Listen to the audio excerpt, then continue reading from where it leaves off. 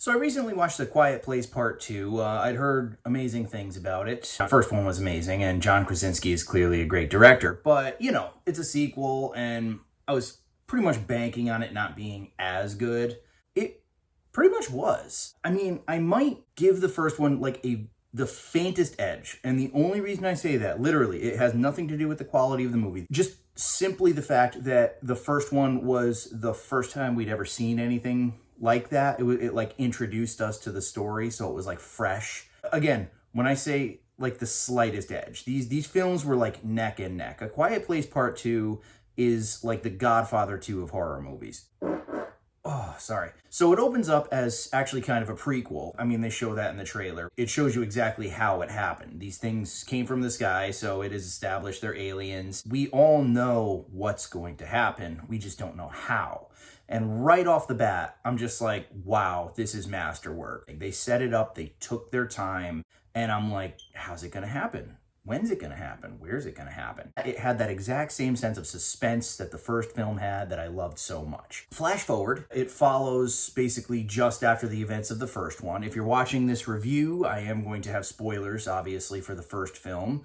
So you have been warned. 3, 2, 1. So it follows a family after John Krasinski's character dies. They're on their own and they're walking on these paths. They have this, newfound way of fighting these creatures.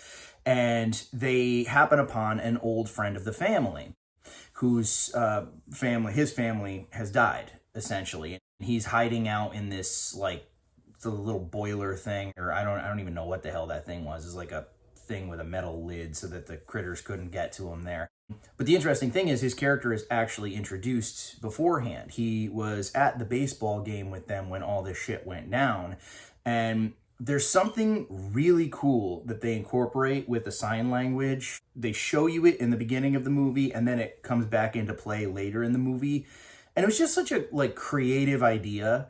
And I also love that the formula of this movie is not the same. I mean, I was thinking the whole time, I'm like, this is going to end on kind of a similar note of the first one. Not really at all. And I was kind of happy about that. It does leave off for A Quiet Place Part 3, which makes me wonder, is this like a plan? Did John Krasinski have this entire story just thought out? I mean, I sure hope so. If he left it with Quiet Place Part 2, even though it was kind of open-ended, I would be fine with that. They're still two great, highly above average horror films. But if he did do a third one, I would like to think that he had it planned out. Watching this movie, I really cannot foresee this guy doing a third film that was just a complete piece of shit. This guy knows what he's doing. It's clear that he had a plan from beginning to end. A Quiet Place 2 is a lot faster paced than the original one, and you do see a lot more of the creatures, particularly during daylight. In most cases, that might actually work to the film's detriment to kind of take away from the eerie factor of the creatures.